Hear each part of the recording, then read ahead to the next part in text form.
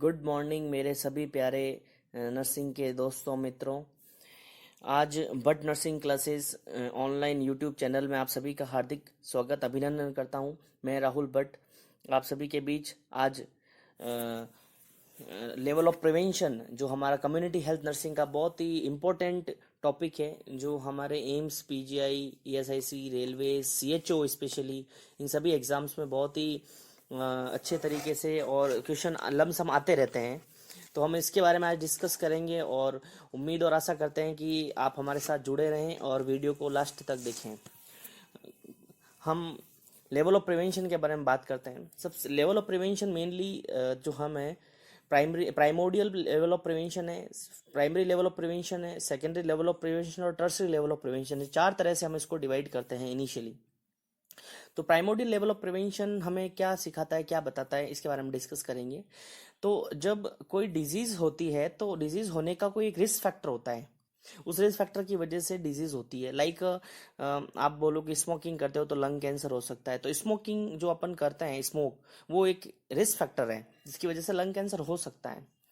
तो हम जो प्राइमोडियल प्रिवेंशन है इसके अंदर जो रिस्क फैक्टर है उसको the prevention of the development of risk factor को प्रिवेंट जो डेवलप हो रहा है उसको हम रोक रहे हैं। यहाँ पर रिस्क फैक्टर को ही हम डेवलप नहीं होने दे रहे हैं, तो डिजीज होने के कोई नामो निशान नहीं रहेगा। तो हम क्या कर रहे हैं कि रिस्क फैक्टर को प्रिवेंट कर रहे हैं यहाँ पे प्राइमोडियल प्रिवेंशन में। जैसे आप जैसे आप एक जो 8th या 10th क्लास की बच्चों की छात्रों की क्लास में जाकर आप स्मोक के बारे में अगर उनको एजुकेट करते हो, तो अभी बच्चे जैसे 8th क्लास में तो वो शायद हो सकता है स्मोक नहीं करते हैं, तो अभी रिस्क फैक्टर उनके पास नहीं है। तो ये जो लेवल ऑफ प्रिवेंशन हो गया ये प्राइमोडियल लेवल ऑफ प्रिवेंशन हो गया, जिसमें आप स्क्रीन पे देख पा रहे हो कि एज एग्जाम्पल जैसे आप इंडिविजुअल किसी को एजुकेशन दे रहे हो, आप मास एजुकेशन दे रहे हो। प्रिवेंट चाइल्डहुड ओबिसिटी, छोटे बच्चे हैं उनमें ओबिसिटी तो नहीं है, अभी रिस्क फैक्टर डेवलप नहीं हुआ, लेकिन उस रिस्क फैक्टर को डेवलप नहीं होने से पहले ही आप उसको एजुकेट कर रहे हो, उसको अवेयर कर रहे हो, तो ये आप प्राइमोडियल प्रिवेंशन हो गया। लाइफ स्टाइल मॉडिफिकेशन हो गया, एप्रोप्रिएट न्यूट्रिशन हो गया, ये सारे प्राइमोडियल प्रिवेंशन है। इट मीन टू से सीधा सीधा एक ही शब्द में कहने का ये मतलब है कि जो रिस्क फैक्टर को हम रोक रहे हैं, उसको डेवलप नहीं होने दे रहे हैं, हम उसी को प्रिवेंट कर रहे हैं। जब रिस्क फैक्टर ही नहीं आएगा तो डिजीज भी नहीं आएगी। तो अब दूसरे टाइप में हम चलते हैं जिसका दूसरा नाम प्राइमरी लेवल ऑफ प्रिवेंशन। जो प्राइमरी लेवल ऑफ प्रिवेंशन है आप देख पा रहे हैं, इसमें जो रिस्क फैक्टर है वो प्रेजेंट है बट डिजीज नॉट प्रेजेंट। मतलब अब रिस्क फैक्टर आ चुका है, जैसे अब बच्चा है, मान लो टीनेजर है, उसके आसपास इन्वायरमेंट में ऐसा डेवलप्ड हो चुका है इन्वायरमेंट या कोई सोशल इन्वायरमेंट जिसकी वजह से वो इस काम को कर सकता है, जैसे स्मोक कर सकता है, ड्रिंक कर सकता है, तो कहीं ना कहीं रिस्क फैक्टर आ चुका है। और उसके बाद आप उसको डिजीज होने से प्रिवेंट कर रहे हो, मतलब आप उसको लंग कैंसर होने से प्रिवेंट कर रहे हो आप, मतलब जरूरी नहीं, हर तरह से किसी भी रूप की डिजीज को आप उसको रिस्क फैक्टर में प्रेजेंट रिस्क फैक्टर है, लेकिन उस रिस्क फैक्टर को डिजीज में कन्वर्ट नहीं होने देना है, इंपैक्ट नहीं करे, इसलिए हमने जो प्रिवेंशन लेवल जो यूज किया है यहाँ पे प्राइमरी लेवल ऑफ प्रिवेंशन किया है। इसमें हेल्थ प्रमोशन का है, हमने जितने भी हमने इम्यूनाइजेशन बच्चे को करते हैं इम्यूनाइजेशन, वो सारे इसके अंदर प्राइमरी लेवल ऑफ प्रिवेंशन में आता है। जिस तरह कीमो प्रोफाइलैक्सिस है वो सारे इसके अंदर आते हैं, कॉन्ट्रासेप्टिव मेथड्स आते हैं। जैसे एज एग्जांपल आप जैसे कोई बंदा है, आप ड्राइव करने वाला है, तो हमें ये पता है कि अगर वो फास्ट ड्राइव करेगा, मान लो एक्सीडेंटल वाइज वो कोई गिर जाता है, उसकी हेड इंजरी होगी तो डेथ हो सकती है। तो कहीं ना कहीं ड्राइव करेगा तो डेथ होने की एक जो है अपने पास इमरजेंट कंडीशन रहेगी, तो हम उसे क्या बोलेंगे कि भाई तू हेलमेट पहन। तो हम कहीं ना कहीं उसे अवेयर कर रहे हैं, हम कहीं ना कहीं उसे डिजीज कंडीशन में या डेथ कंडीशन में जाने से रोक रहे हैं। तो ये level of prevention primary level of prevention हो गया। तो इसमें क्वारंटाइन करना भी हो गया, हैंड वॉश करना हो गया, तो वो सारी विधियां, वो सारे मेजरमेंट्स, वो सारे इंटरवेंशंस, कीमो प्रोफाइलैक्सिस, जो हम रोग होने से बचा रहे हैं। रिस्क फैक्टर कहीं ना कहीं इन्वायरमेंट में आ चुका है, लेकिन हम उसको रोक रहे हैं कि उस जो है डिजीज कंडीशन में नहीं जाए। जैसा कि आप स्क्रीन पे देख पा रहे हैं, हम आगे चलते हैं कि सेकेंडरी लेवल ऑफ प्रिवेंशन क्या होता है। जब रिस्क फैक्टर आ चुका है, पेशेंट पैथोलॉजिकल कंडीशन में जा चुका है, इट मीन टू से पेशेंट के अंदर कहीं न कहीं माइक्रो ऑर्गेनिज्म, कहीं न कहीं इन्वायरमेंटल, फिजिकल हो सकता है, केमिकल हो सकता है, रेडिएशनली हो सकता है, या बहुत सारे होस्ट एजेंट, जैसे आप एपिडर्मोलॉजी ट्राइड पढ़ते हैं कि बीमारी होने की क्या क्या एजेंट, होस्ट, इन्वायरमेंट, वो तीनों चीजें किसी की भी वजह से अगर पेशेंट बीमार हो जाता है, कोई व्यक्ति बीमार हो जाता है और he suffering from any disease condition, it may be biological, physical, chemical and other also, तो हम अगर इसको जो बचाते हैं डिजीज के अर्ली डिडक्शन करके, हम असेसमेंट करके, एग्जामाइन करके और उसको ट्रीट करते हैं, मेडिकेट करते हैं, पेशेंट को बचाते हैं, कॉम्प्लिकेशन होने से रोकते हैं, तो ये सेकेंडरी लेवल ऑफ प्रिवेंशन के अंदर चला गया।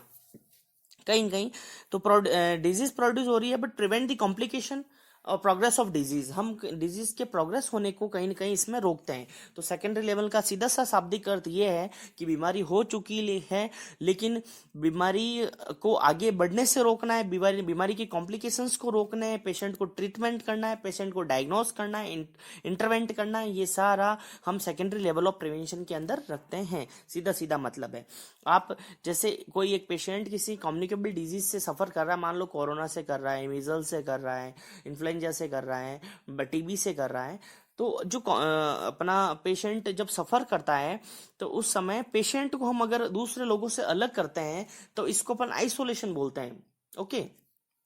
जब हम पेशेंट को अलग करते हैं तो ये isolation secondary level of prevention के अंदर आ गया। लेकिन अगर हम family, if we isolate the family members of the patient, then it considered in the primary level of prevention,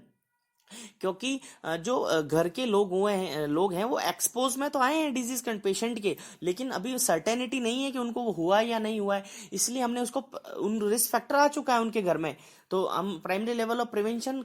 किसके लिए यूज करेंगे, जो पेशेंट के कॉन्टेक्ट में आए हैं, जैसे फैमिली मेंबर्स है तो उनको हमने क्वारंटाइन कर दिया, इसको क्वारंटाइन बोलते हैं। Primary level of prevention is a quarantine, but if we tell about the isolation, this is isolate to the patient, this is a secondary level of prevention, and now the patient is suffering from disease condition, is a pathological condition, so it is also considered in the secondary level of prevention। अगर further हम बात करते हैं tertiary level of prevention, क्या होता है tertiary level of prevention? सीधे सीधे शब्दों में हम ये कहना चाहते हैं कि जब बीमारी बहुत हद से बढ़ जाए और जो पेशेंट का कॉम्प्लिकेशन है बहुत सीवियर हो जाए, टर्मिनल लेवल पर चला जाए, और हो सकता है कि हम सर्जिकली पेशेंट को कोई रिप्लेसमेंट करना पड़े, हमें सर्जिकली करेक्शन करना पड़े, सर्जरी करनी पड़े पेशेंट की। हो सकता है कि कैंसर का पेशेंट हो, टर्मिनली इल पेशेंट हो, आप जैसे देख पा रहे artificial limb plastic surgery, Parkinson disease हो, मल्टीपल स्क्लेरोसिस हो, कैंसर का पेशेंट, इन सभी पेशेंट्स, ये जो डिजीज है ये क्यूरेबल नहीं है, ये खाली प्रिवेंटिव डिजीजेज है, तो हम इनको टर्सरी लेवल ऑफ प्रिवेंशन में कंसिडर करते हैं, क्योंकि ये जो लोग होते हैं ये प्योरली क्योर नहीं हो पाएंगे। इनको हम ऐसा नहीं कह सकते कैंसर जड़ से हम हटा सकते हैं, लेकिन जो टर्मिनली इल पेशेंट है हम उसको कहीं ना कहीं उसको रिहेबिलिटेट कर सकते हैं, उसके जो लेवल ऑफ पेन है, उसके लेवल ऑफ लिविंग स्टैंडर्ड है, उसकी डिसेबिलिटीज है, उसको कहीं ना कहीं हम वापस सर्वाइव कराने के लिए, उसको वापस एक्टिविटी, जो लाइफ स्टाइल एक्टिविटी वापस प्रॉपर मूव ऑन करने के लिए हम इस लेवल ऑफ प्रिवेंशन का यूज करते हैं। जैसे एग्जाम्पल,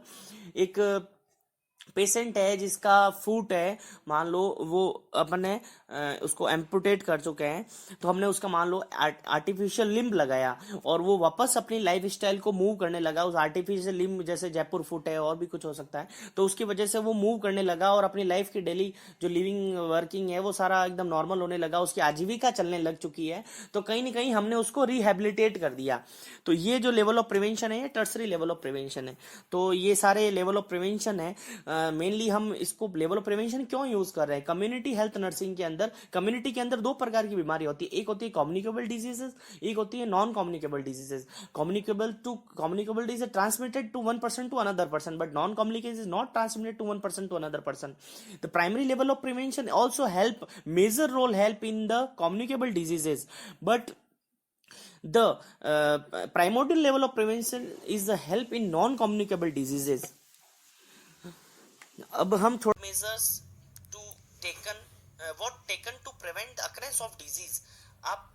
बीमारी होने को रोकने के लिए आप कौन से मेजर्स यूज करेंगे, किस लेवल का प्रिवेंशन यूज करेंगे, क्वेश्चन ये कहना चाह रहा है। तो हम सीधी सी बात बोल रहे हैं, हम बोल रहे हैं कि जब बीमारी हो जाएगी तब तो सेकेंडरी लेवल ऑफ प्रिवेंशन हो गया, लेकिन बीमारी को रोक रहे हैं तो कहीं ना कहीं हम प्राइमरी लेवल ऑफ प्रिवेंशन का यूज करेंगे। तो इसका आंसर ए है 114 क्वेश्चन का। जैसा कि आप स्क्रीन पे देख पा रहे हो दोस्तों, 116 नंबर क्वेश्चन है, wearing seat belt, safety helmet and other safety equipments are example of. जैसा कि मैंने बोला कि रिस्क फैक्टर आ चुका है, बंदा ड्राइव करेगा 4 व्हीलर या 2 व्हीलर, कहीं एक्सीडेंट ना हो जाए तो हम उसे हेलमेट पहना रहे हैं, हम उसे seat belt wear put on करा रहे हैं, तो कहीं ना कहीं हम उसको सेफ्टी इक्विपमेंट्स दे रहे हैं। तो इस लेवल ऑफ प्रिवेंशन को हम प्राइमरी लेवल ऑफ प्रिवेंशन कहेंगे। रिस्क फैक्टर आ चुका है लेकिन अभी डिजीज कंडीशन नहीं आई है। फिर हम दूसरी बात करते हैं कि नेक्स्ट क्वेश्चन की बात करते हैं, specific protection of disease activities include all these except. ये कह रहा है कि स्पेसिफिक प्रोटेक्शन किस किस चीजों के अंदर है, उनमें है और उनमें किस में से नहीं है specific protection. Use of the specific immunization, yes, हम किसी पेशेंट को जैसे पोलियो हुआ, डीपीटी हुआ, मीजल्स हुआ, एमएमआर हुआ, तो हम किसी जो पेशेंट्स को देते हैं, इसको अपन